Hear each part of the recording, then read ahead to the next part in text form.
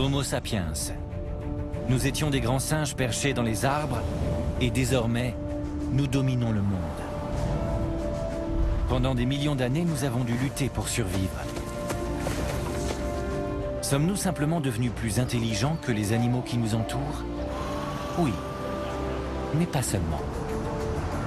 Avant de commencer à penser comme des hommes, nous avons connu un changement bien plus radical. Nous nous sommes mis à courir sur nos deux jambes. Et c'est un véritable exploit.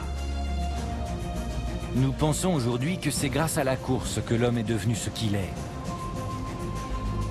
Je m'appelle Niobe Thompson, je suis anthropologue et je veux comprendre comment nous sommes devenus des singes capables de courir. Pour en savoir plus, nous allons voyager à travers le monde.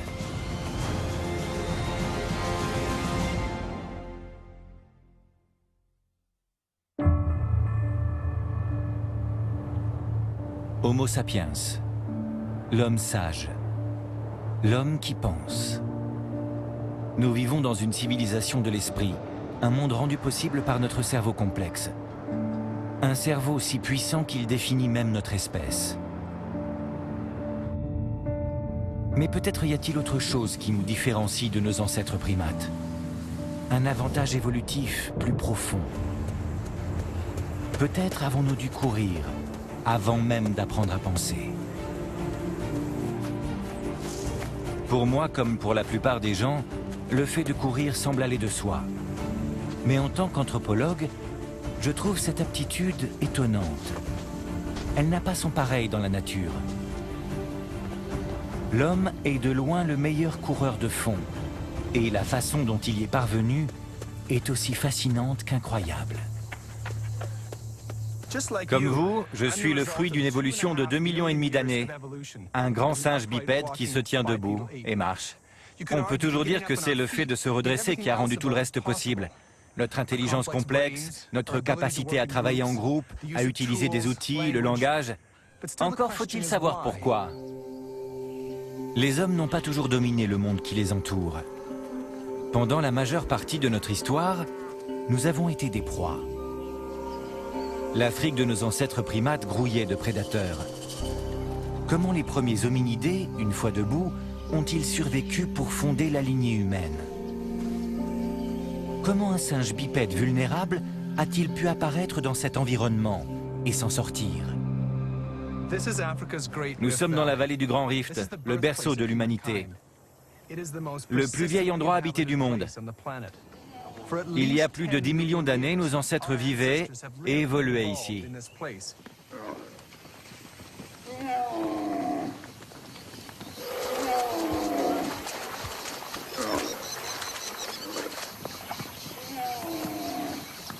Ces pasteurs Afar ont dû marcher sur les ossements des premiers hommes. Ils vivent dans la vallée de l'Awash, un des lieux les plus chauds du monde.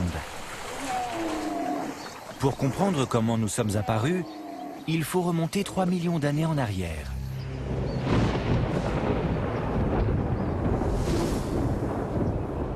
Il n'y a pas toujours eu un désert ici. À l'époque, c'était une forêt tropicale. Nos ancêtres vivaient dans la canopée, à l'abri des prédateurs qui restaient au sol. Comme nos plus proches cousins, les chimpanzés, leur corps était fait pour grimper et s'accrocher aux branches. Voici une ardipithèque, une de nos ancêtres d'avant l'âge de glace. Elle était parfaitement adaptée à la vie dans les arbres. Mais avec son pouce opposable, elle ne pouvait faire que de brèves et difficiles incursions sur le sol de la forêt. Le monde des ardipithèques n'a pas duré. Au bout d'1 million d'années, la période glaciaire a commencé. Cette partie de l'Afrique s'est asséchée et les forêts denses qui couvraient la vallée du Rift ont disparu. Toute la région est devenue désertique. Et la lignée de nos ancêtres s'est éteinte. Désormais à découvert, ils ont été chassés, presque jusqu'au dernier. Mais quelques-uns ont trouvé une solution.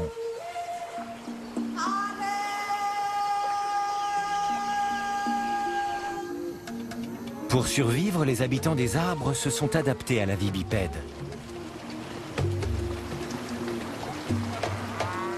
Au fil de centaines de générations, leurs épaules sont devenues moins larges, leurs bras plus courts. Leurs doigts de pied et de main ont changé de forme. Leurs jambes se sont allongées. La nature a sélectionné un nouveau singe, une créature unique dans le monde animal. C'étaient sans doute les êtres vivants les plus intelligents existants à cette époque. On peut supposer qu'ils avaient des capacités cognitives comparables à celles des grands singes. Ian Tattersall a passé une grande part de sa vie en Afrique, dans la vallée du Grand Rift, à étudier comment nos ancêtres ont survécu quand ils ont dû passer des arbres au sol. À l'American Museum of Natural History, il me montre des mannequins des premiers marcheurs. Nous avons tenté de reconstituer une scène qui s'est déroulée à Letoli, en Tanzanie, il y a près de 3,5 millions d'années.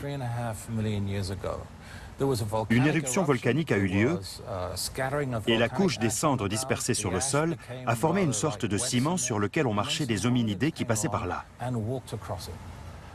Il ne fait aucun doute qu'il s'agissait de bipèdes. Et il n'y a aucune trace d'une forme de soutien autre que leurs deux pieds.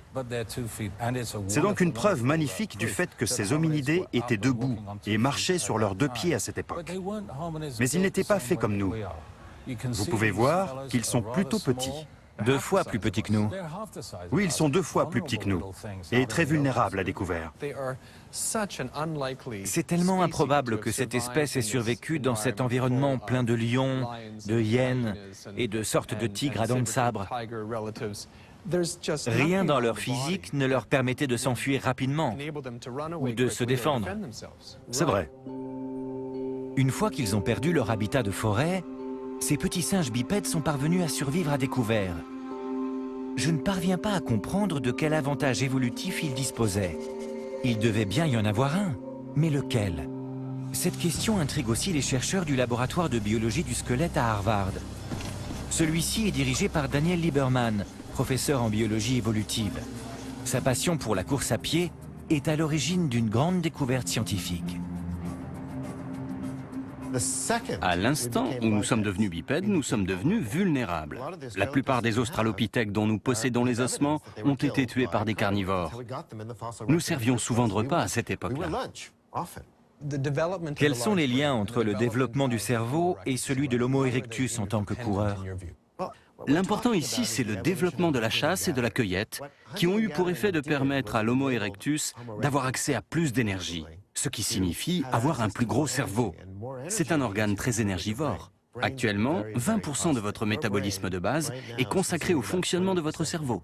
Ce nouveau mode de vie, basé sur la chasse et la cueillette, a généré une contrainte énergétique qui a rendu possible le développement du cerveau. Quand nous sommes devenus bipèdes, il y a 5 millions d'années, nous sommes devenus lents, économes, efficaces, mais lents. Un bipède ne peut pas courir vite. La sélection naturelle a donc résolu ce problème en trouvant une solution totalement nouvelle et a fait de nous, non pas des sprinteurs comme la plupart des mammifères, mais des coureurs d'une grande endurance. Et c'est particulier aux humains. Nous ne sommes pas bons en course de vitesse, mais en endurance.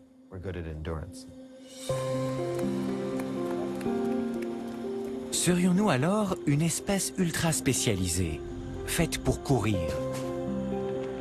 Voici un autre genre de laboratoire à l'université d'Alberta. Larry Bell, spécialiste du sport, s'intéresse aux limites des capacités humaines. Il est expert en biomécanique et travaille avec certains des coureurs les plus rapides du monde. J'ai travaillé un peu avec lui aujourd'hui.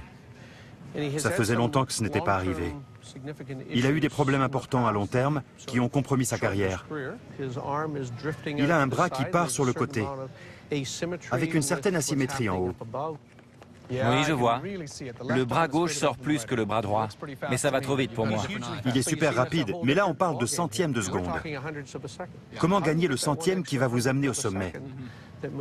Ce n'est pas en minutes qu'on compte, mais en centièmes de seconde, ceux qui vont faire la différence. Cet homme est extrêmement rapide. Mais ceux qui étaient autrefois ses prédateurs peuvent courir 2 fois plus vite que lui. Aucun humain n'a jamais réussi à distancer un animal qu'il avait pris en chasse. La théorie classique de l'évolution humaine affirme que quand nous sommes devenus carnivores et bipèdes, nous nous sommes mis à utiliser des outils et que cela a favorisé le développement de notre cerveau. Mais il y a seulement 300 000 ans que nous avons eu l'idée de fixer une pierre au bout d'un bâton. Nous n'avions pas tous les instruments dont nous disposons aujourd'hui pour nous protéger ou pour chasser. Donc, bien avant d'avoir des armes, nous chassions et mangions de gros animaux. On y parvenait en les poursuivant jusqu'à ce que mort s'en suive. Dans les années 80, des anthropologues vivant dans le désert du Kalahari avec des chasseurs-cueilleurs ont assisté aux dernières chasses de ce type. Ils les ont baptisées les chasses à l'épuisement. La chasse à l'épuisement tire parti de 2 caractéristiques importantes que possèdent les hommes, mais pas les autres quadrupèdes. La première, c'est que nous pouvons facilement atteindre en courant une vitesse qui fait galoper les quadrupèdes. J'ai beau être un professeur, plutôt jeune, je peux facilement courir à une vitesse qui demande à un poney de passer du trot au galop. Quand nous courons à ces vitesses-là, nous nous refroidissons en transpirant, alors que les animaux que nous chassons se refroidissent en haletant. L'adaptation humaine la plus importante, et qui fait de nous les champions de la régulation thermique, capables de faire face à des températures élevées, est notre peau glabre et qui transpire. De tous les animaux, ce sont les hommes qui transpirent le plus. Aucun autre primate ne régule sa température de cette façon. C'est extrêmement rare chez les mammifères. Nous avons développé un grand nombre de glandes sudoripares sur tout notre corps. En moyenne, on en possède de 2 à 5 millions. C'est beaucoup. Oui. Et quand un quadrupède se refroidit en haletant, il se contente d'humidifier sa langue et d'en rafraîchir ainsi la surface. Alors que nous, c'est sur notre corps tout entier que les glandes sudoripares excrètent de l'eau. Tout notre corps est transformé en langue. Et ce n'est que la moitié de l'explication de la chasse à l'épuisement. Parce que quand un quadrupède galope, il ne peut pas halter. Son corps se penche et les viscères vont taper, comme un énorme piston, dans le diaphragme à chaque foulée. Chaque fois que vous faites galoper votre chien, un zèbre, une vache, un poney ou n'importe quel quadrupède, vous pouvez observer que cela lui enlève sa capacité à halter. Bien sûr, l'animal peut courir plus vite que moi et aller se cacher dans les buissons pour tenter de se refroidir. Mais à ce moment-là, si je continue à le poursuivre, si je le piste et le poursuis sans répit, sans qu'il puisse retrouver sa température normale, alors son corps va devenir de plus en plus chaud. La chasse à l'épuisement permet à n'importe qui, même moi je l'ai fait, de mettre un animal en hyperthermie. Cette antilope qui semblait nous attendre va mourir debout.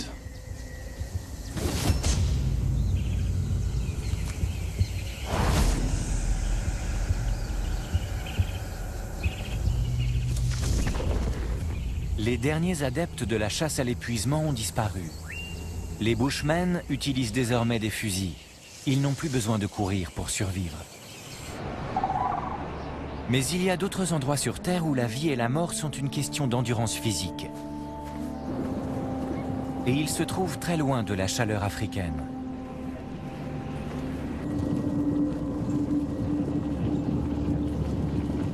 Si demain le monde moderne disparaissait, ces hommes-là s'en rendraient à peine compte.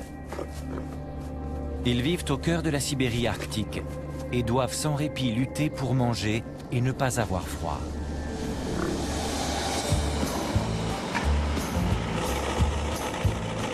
Voici les vestiges de l'Empire soviétique. Un des avant-postes les plus éloignés, aujourd'hui abandonné par les Russes qui l'ont construit. Mais les autochtones, eux, sont toujours là. Nous sommes sur la presqu'île de Tchoukotka, une vaste étendue sauvage et sans arbres, au nord de la Russie. C'est tellement loin que pour finir notre voyage, nous devons emprunter un véhicule tout-terrain, un hybride d'autobus et de bulldozer.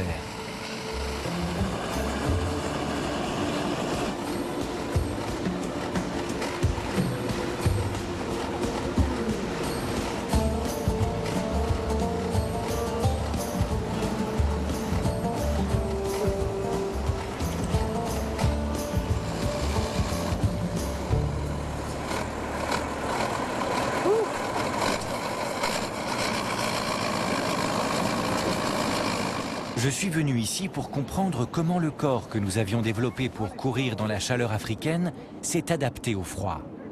L'Arctique l'a peut-être façonné différemment. Ces nomades savent encore vivre totalement à l'écart du monde moderne. Mais ce n'est pas tout.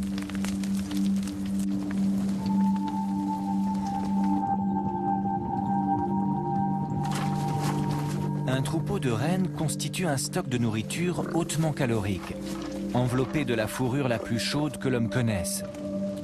C'est la fin de l'été, l'époque de la capture. Je vais essayer de suivre.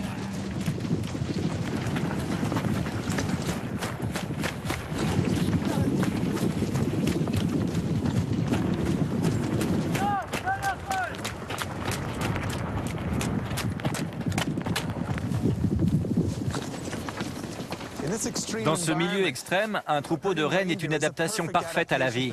C'est simple. Des milliers de rennes broutent la toundra et leurs éleveurs récupèrent la viande et la fourrure. Ils ont toujours de quoi manger sous la main.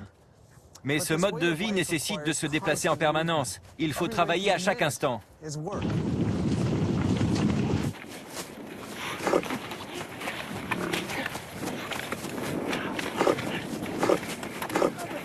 Dans nos vies sous assistance technique, nous pouvons facilement oublier que l'homme a toujours dû chasser pour se nourrir. Notre cerveau affamé réclame en permanence de la nourriture riche en calories, c'est-à-dire de la viande et de la graisse. Telle est notre nature, et on s'en rend vraiment compte ici.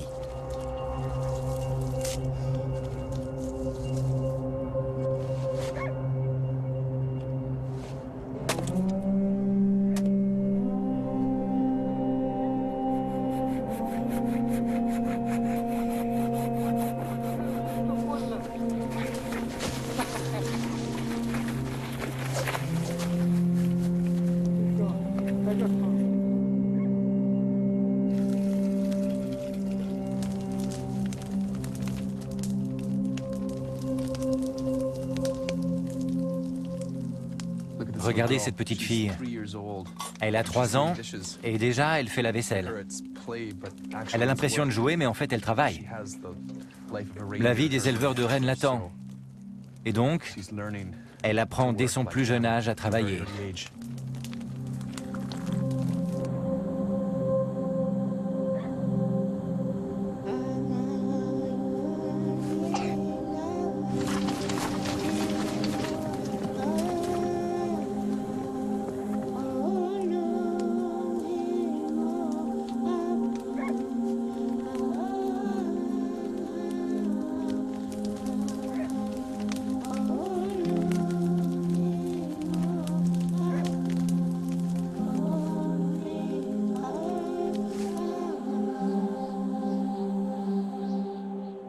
Le 4e jour, nous avons découvert en nous réveillant que le troupeau avait disparu. Il y a une rivière au nord. Mes hôtes pensent que les rennes vont la traverser s'ils ne leur font pas rebrousser chemin d'ici là. Il suffit qu'ils perdent le contact, ne serait-ce que quelques jours avec leurs animaux, pour que ceux-ci redeviennent sauvages. Je commence à comprendre que la vie dans la toundra sibérienne nécessite de courir beaucoup. Dans quelques jours, l'hiver sera là. Il peut se mettre à neiger à tout moment. Et ils courent à travers ces collines pour rassembler leur troupeau de 3500 têtes. Comme c'est la fin de l'été, les animaux cherchent et mangent tout ce qu'ils trouvent. Des champignons, du lichen, de l'herbe. Les éleveurs doivent lutter contre cet instinct.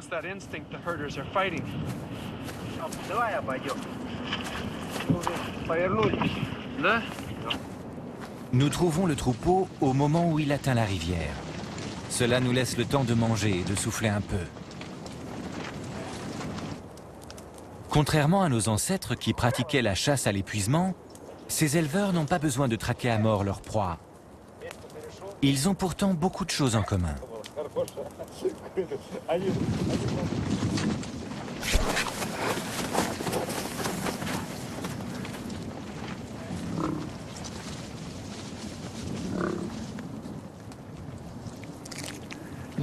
La sélection naturelle a façonné les hommes pendant des millions d'années et a rendu nos corps capables de supporter des stress incroyables. Mais nous allons rarement au bout de nos limites. Et rares sont ceux qui comprennent de quoi nos corps sont réellement capables. Ces éleveurs constituent une exception. Si l'on pense à tout le travail qu'ils doivent fournir, à leurs déplacements incessants avec le troupeau, leur vie n'est pas si différente de celle de nos ancêtres africains. C'est vrai qu'ils ont dû domestiquer les animaux dont ils avaient besoin pour se nourrir et s'abriter, mais les rennes ne restent jamais au même endroit. Les éleveurs de rennes sont de véritables cow-boys, mais sans cheval. Et pour survivre, ils doivent se déplacer aussi vite que leurs bêtes.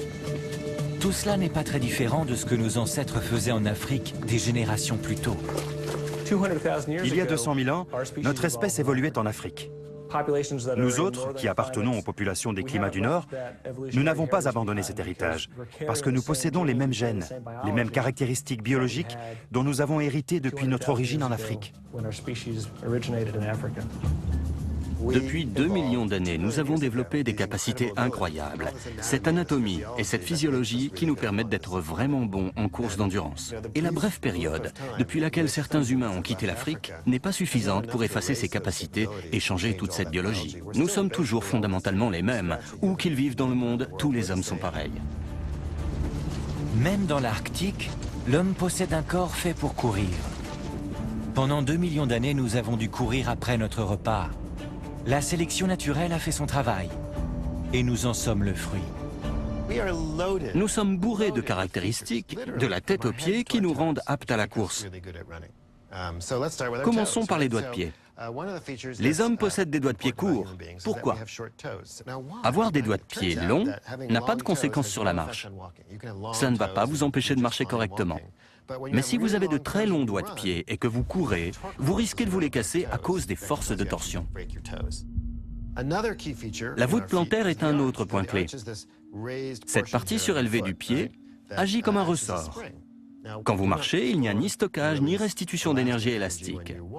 Mais quand vous courez, vous vous mettez à utiliser votre pied comme un ressort. 17% de l'énergie mécanique du corps qui frappe le sol est stockée puis restituée par ce seul ressort. Le tendon d'Achille est encore plus étonnant. C'est le principal ressort de votre corps. Et pendant la course, il stocke et restitue environ 35% de l'énergie due au contact avec le sol. 35%. C'est un dispositif de stockage d'énergie élastique complètement passif. Donc quand vous heurtez le sol, je vais enlever ma chaussure, votre pied redescend et votre cheville, en s'abaissant, étire ce ressort. Puis, dans un second temps, ce ressort se détend et aide mon corps à s'élever en l'air. C'est de l'énergie gratuite. Vous ne l'utilisez pas pour marcher, mais pour courir. Rien que pour courir. Rien que pour courir. Un autre endroit important qui fait l'unanimité, non sans raison, c'est le muscle grand fessier. C'est le plus grand muscle du corps humain. Et si on se contente de marcher dans la pièce en se tenant les fesses, on aura l'impression qu'il ne fait rien. Mais dès qu'on court, il se met à travailler avec vigueur à chaque foulée. Il relie les jambes aux hanches et comme quand on court, le corps a tendance à tomber en avant, il se contracte et stabilise le buste. Chez les australopithèques, la zone d'insertion du muscle est très réduite. Mais chez les représentants du genre Homo, on constate une expansion de la partie supérieure du grand fessier, ce qui est très important pour la course. Nos cousins primates n'ont pas de fesses saillantes comme nous. Les chimpanzés ont de petites fesses. Les gros derrière sont une particularité du genre Homo. De même que les épaules basses tombantes. Au moment où vous frappez le sol, quand vous courez, la tête a tendance à partir en avant. À l'arrière de notre crâne passe le ligament nucal qui est relié à un muscle qui va directement à l'épaule. Pour empêcher la tête de partir en avant, le bras retombe et la stabilise. C'est le mouvement naturel d'une personne en train de courir. Tout ça se fait simultanément. Donc, quand nous courons, tous ces processus contribuent à stabiliser le corps de façon passive. Nous n'avons pas besoin d'y penser ni de faire quoi que ce soit. Ça se produit naturellement. C'est pour cela qu'il est essentiel d'avoir un corps relaxé. Ça permet de courir de façon plus stable.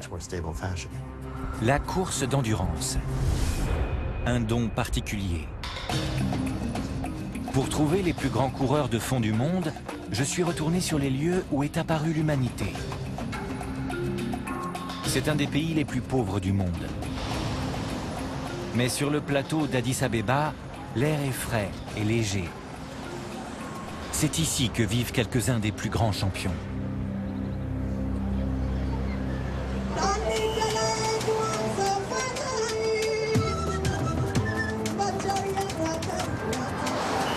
En Éthiopie, la course est une obsession nationale.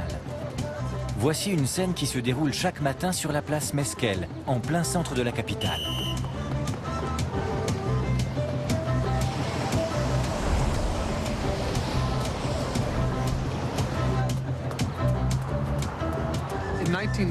En 1960, Habibi Bikila, un jeune officier éthiopien, participe aux Jeux Olympiques de Rome. Il remporte le marathon en courant pieds nus. C'est la première médaille olympique africaine et les Éthiopiens en tirent une leçon. En course de fond, ils sont les meilleurs du monde. Les Éthiopiens sont si forts qu'on pourrait croire qu'ils sont nés avec des corps différents. Sinon, comment des champions pourraient-ils apparaître dans une pareille misère? L'histoire de Seboka Niguse peut nous donner une explication.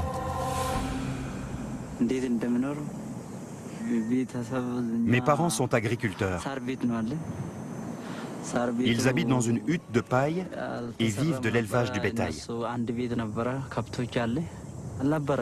J'ai grandi au village et je n'avais pas de chaussures. Je courais pieds nus. J'ai commencé à courir, d'abord pour aller à l'école.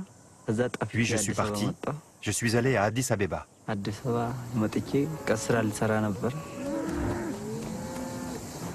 Seboka est venu ici. Il s'entraîne en périphérie d'Addis Abeba avec un club d'élite, juste un cran au-dessous de l'équipe nationale. J'ai été extrêmement surpris par le fait que tous les athlètes qui sont parvenus jusque-là étaient originaires du même milieu. Ils ont grandi dans une grande pauvreté, à la ferme. Quelque chose dans cette association a fait d'eux des coureurs invincibles. À l'époque, la victoire pieds nus de Bikila nous avait semblé amusante. Si on y repense, on se dit que les athlètes occidentaux auraient peut-être dû y prêter plus attention. Quand je suis arrivé à Addis Abeba, j'avais des sandales en caoutchouc. J'ai couru avec pendant 3 ans. Elles valaient 18 centimes. Je les ai gardées jusqu'à ce que j'entre au club de course.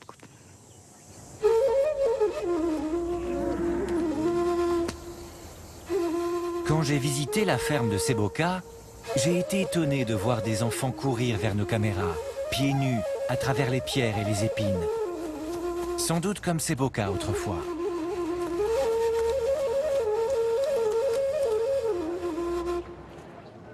Bekoji se trouve dans les hauts plateaux éthiopiens. C'est un endroit reculé et très pauvre.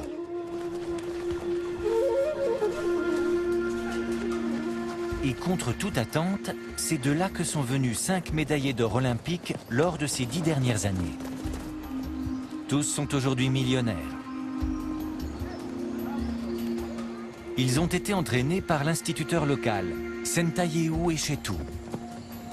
Les familles pauvres envoient désormais leurs enfants par centaines dans son centre d'entraînement.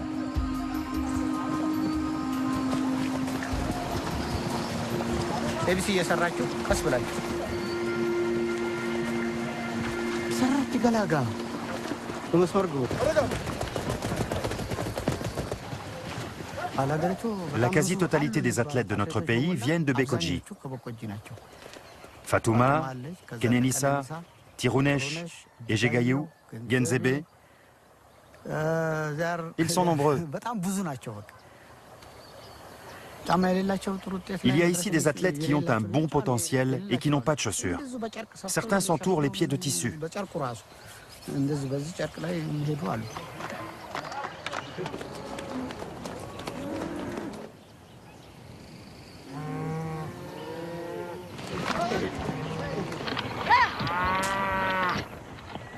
Bekoji produit des coureurs exceptionnels.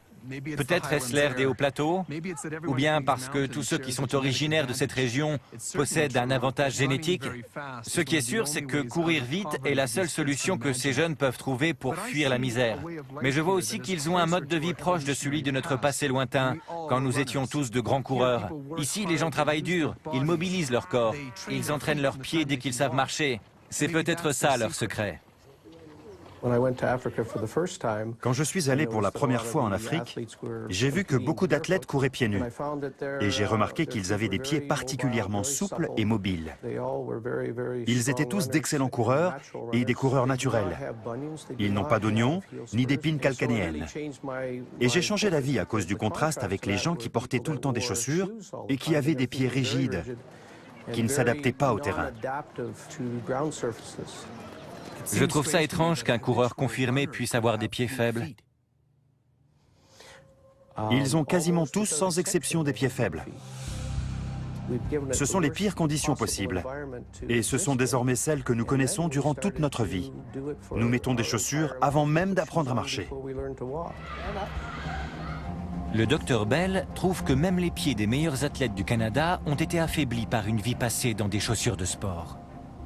Vous voyez qu'il a du mal à prendre appui sur le gros orteil? Il a une lésion du long fléchisseur de l'hallux, le muscle qui va jusqu'au pouce et croise le solaire en dessous. Les gens croient souvent qu'ils ont des problèmes au tendon d'Achille, mais ils se trompent. Beaucoup d'athlètes ont battu des records du monde tout en ayant des dysfonctionnements, mais ils finissent généralement par se blesser. J'ai couru pendant des années en ayant mal aux genoux. Je croyais que c'était inévitable.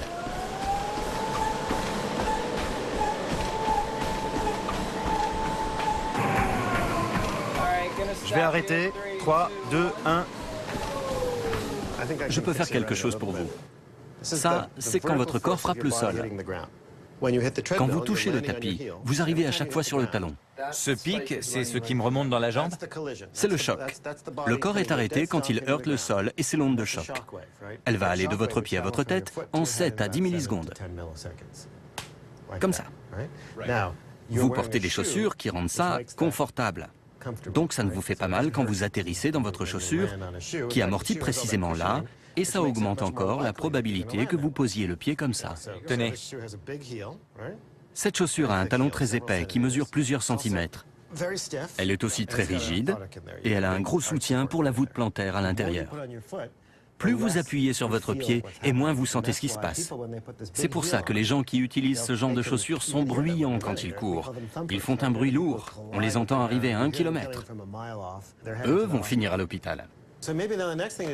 Maintenant, essayez de courir pieds nus.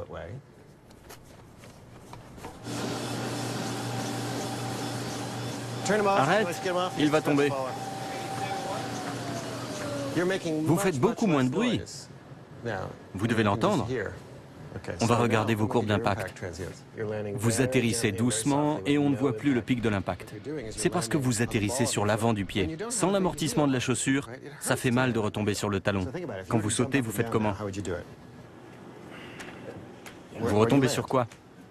Là où c'est confortable. Si vous retombez sur le talon, ça fait mal. Ça fait mal. Ça fait mal, pas vrai? J'arrête. Ça fait un choc si vous retombez sur le talon, mais pas si vous atterrissez sur l'avant du pied. Courir, c'est simplement sauter d'un pied sur l'autre. C'est comme ça que font tous ceux qui courent pieds nus. Nos chaussures sont censées nous protéger avec leurs super coussins. Au lieu de quoi, elles nous font du mal. Elles nous privent du ressort naturel de nos pieds et de nos jambes. C'est peut-être pour ça qu'à Bekoji, la pauvreté est le plus grand atout des athlètes. Parmi tous ceux qui s'entraînent ici, Warganesh a vraiment un gros potentiel. Si elle parvient à faire des compétitions à l'étranger, elle se classera parmi les 5 meilleurs du monde. Ce n'est pas facile pour elle, parce qu'elle n'a pas de famille ici et qu'elle manque d'argent.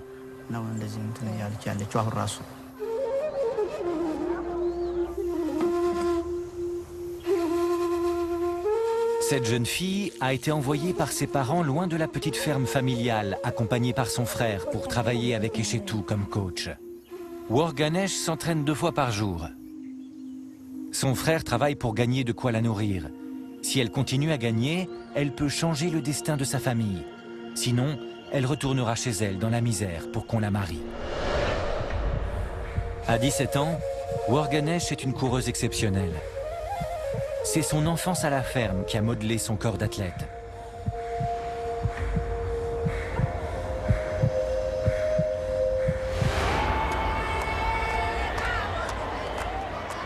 Voici l'usine à succès éthiopienne, les championnats nationaux d'Addis Abeba. Ces coureurs portent les mêmes chaussures que les sportifs du monde entier. Ce sont leurs pieds à l'intérieur qui sont différents. Des pieds qui sont forts et qui sentent le sol. Des pieds qui ont grandi et se sont développés sans protection.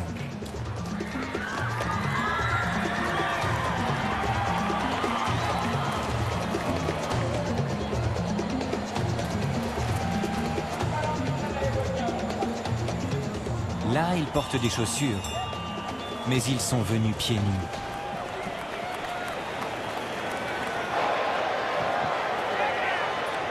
Seboka Niguse est venu courir le 10 000 mètres.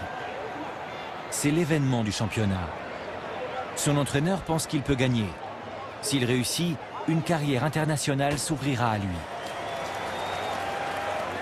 Au départ, Seboka est dans le peloton de tête.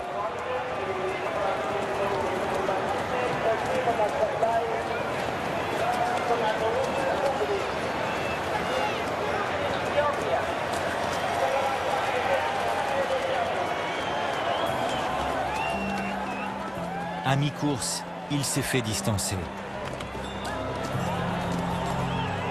En Éthiopie, courir très vite ne suffit pas.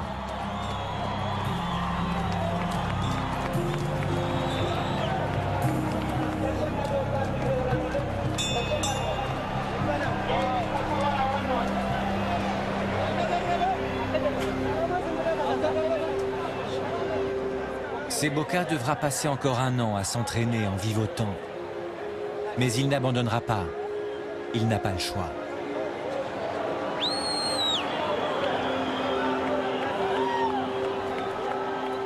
Nous ne sommes pas vraiment différents. Les hommes naissent partout semblables.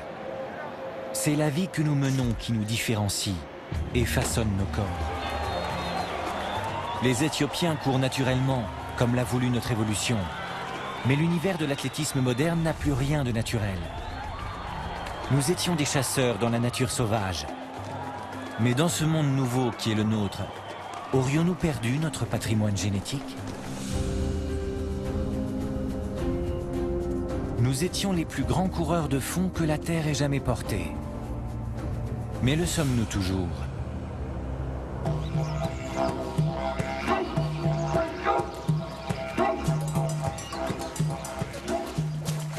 L'enquête se poursuit. Pouvons-nous encore courir comme nos ancêtres le faisaient? Une fois par an, au Canada, dans les montagnes rocheuses, des gens se retrouvent pour faire quelque chose qui, pour beaucoup, n'est même pas imaginable. 125 km de course dans les montagnes. La course de la mort n'a jamais fait de victime. Enfin, pas encore. À partir du moment où nous sommes descendus de nos arbres, nous avons dû nourrir notre cerveau de plus en plus gros, en poursuivant nos proies jusqu'à épuisement. Au cours de notre évolution, notre intelligence et notre aptitude à la course se sont développées simultanément et harmonieusement. Mais nous vivons aujourd'hui dans un monde où règne l'esprit et non le corps. Sommes-nous donc toujours capables de courir comme nos ancêtres? La course de la mort est l'une des courses les plus dures. On y trouve tout. Des montées abruptes et des descentes.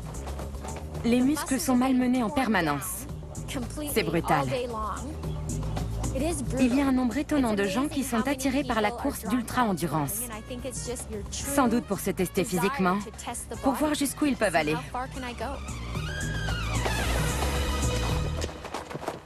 Pour m'y essayer, il fallait que je ressemble plus aux chasseurs du passé. Je me suis entraîné pendant un an dans l'hiver canadien.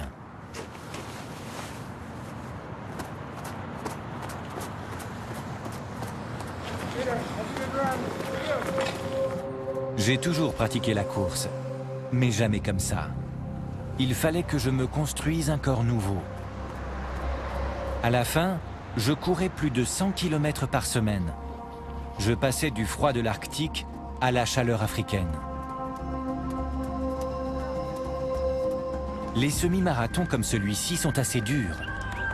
Mais j'allais devoir en courir 6 à la suite pour la course de la mort.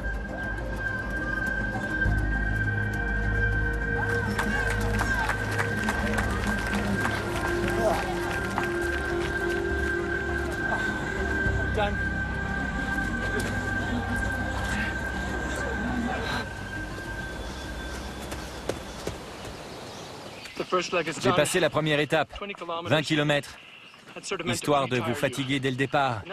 Mais le gros morceau arrive. La première des 3 montagnes, à gravir maintenant en essayant de prendre de la nourriture et de l'eau. Il y en a encore pour 15 ou 16 heures.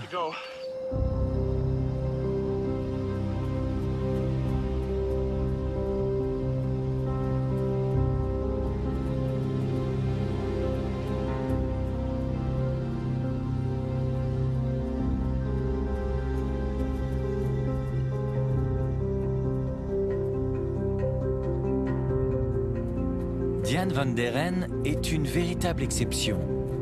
Elle peut courir pendant très longtemps. Je me lève vers 3h30. Je commence à m'entraîner à 4h. J'habite sur Pikes Peak, qui culmine à 4300 mètres. Je vais dans la montagne et je monte et je descends pendant 4, 5 ou 6 heures selon mon type d'entraînement. Je cours 4 à 6 heures par jour. Un peu après, Diane a été éjectée du sentier et s'est déchiré un muscle de la jambe. Sa réaction m'a alors donné une grande leçon.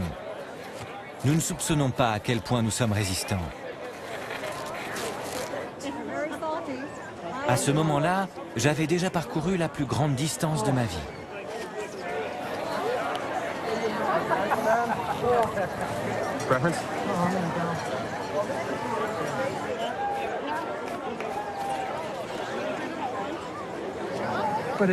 On est épuisé à la fin des étapes.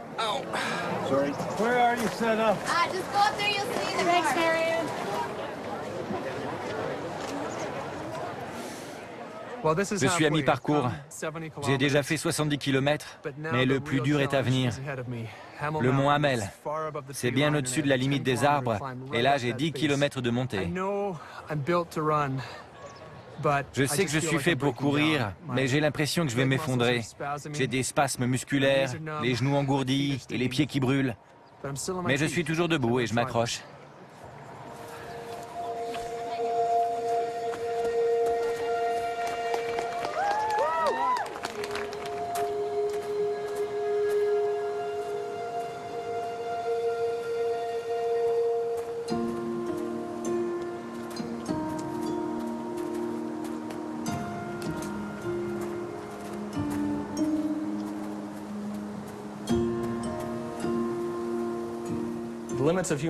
Les limites de l'endurance humaine sont incroyables.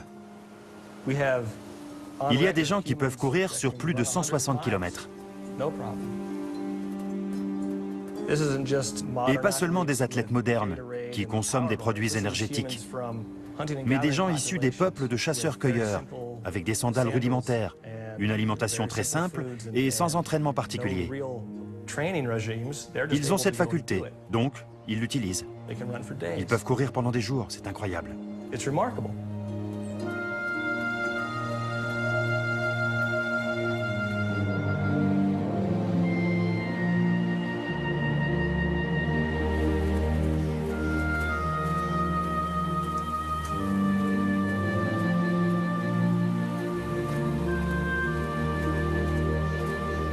Dans la lumière du soir, j'approche du dernier sommet. Malgré la douleur que lui occasionne sa blessure, Diane van der Ren est toujours devant moi. Comment ça va? J'ai mal à la cuisse. J'essaie de penser à autre chose. De continuer à avancer, de garder ma chaleur et de profiter du paysage. Vous avez dépassé Niobe? Oui, je l'ai vu au poste de ravitaillement. Je lui ai proposé de prendre de la nourriture et de venir avec moi. Il m'a répondu qu'il fallait qu'il mange. Je lui ai dit, t'as pas le temps.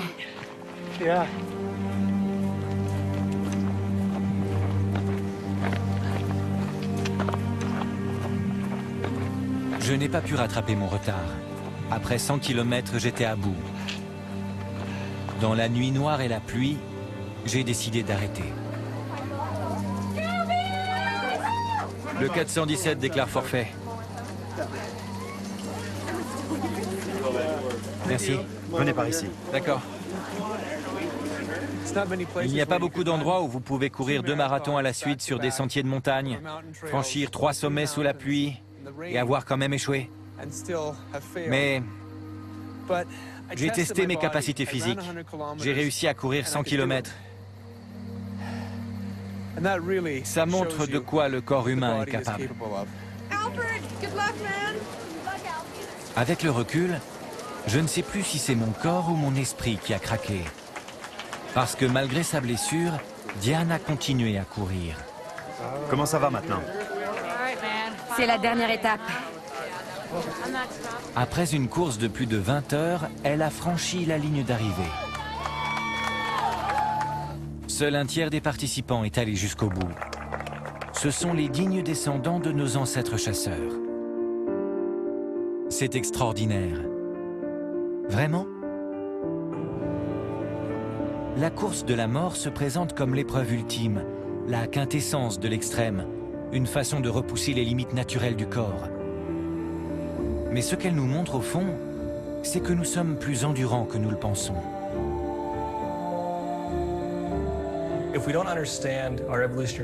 Si nous ne comprenons pas l'histoire de notre évolution, si nous ne comprenons pas que nous sommes des chasseurs-cueilleurs faits pour être actifs toute la journée, alors nous risquons de nous retrouver en mauvaise santé. C'est le prix que nous paierons pour avoir ignoré notre héritage, notre évolution. Nos vies n'exigent plus que nous partions tous les jours à la chasse ou à la cueillette, alors que nos corps sont faits pour ce type d'exercice. Un grand nombre des maladies que nous contractons viennent de cette contradiction entre la vie que nous menons et les caractéristiques biologiques dont nous avons hérité. Nous serons sans doute la première génération qui vivra plus longtemps que ses enfants, à cause de toutes les maladies chroniques qui émergent aujourd'hui dès le plus jeune âge. Au fil de millions d'années d'évolution, la nature a façonné notre corps. Il y eut un temps où nous courions plus longtemps que tous les animaux qui nous entouraient. Est-il définitivement révolu? C'est normal de marcher 9 à 15 km par jour et de ne pas s'asseoir sur des chaises. C'est normal d'avoir des cales aux pieds. Tout cela est normal. Ce qui n'est pas normal, c'est de rester assis toute la journée sans courir ni marcher. Et nous le payons cher.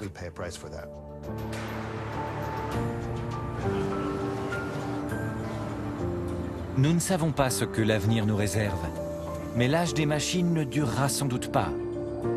Et peut-être un temps viendra où nous devrons redécouvrir ce que nous sommes vraiment. Homo sapiens, l'homme qui pense.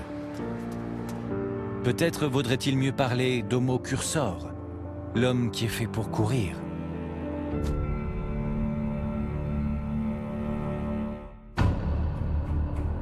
La semaine prochaine, nous serons au bord de la mer Rouge qui sert de base de repos aux grands migrateurs. Mais dans un instant, un autre genre de migration, celle d'une célèbre égérie de Poutine passée à la dissidence.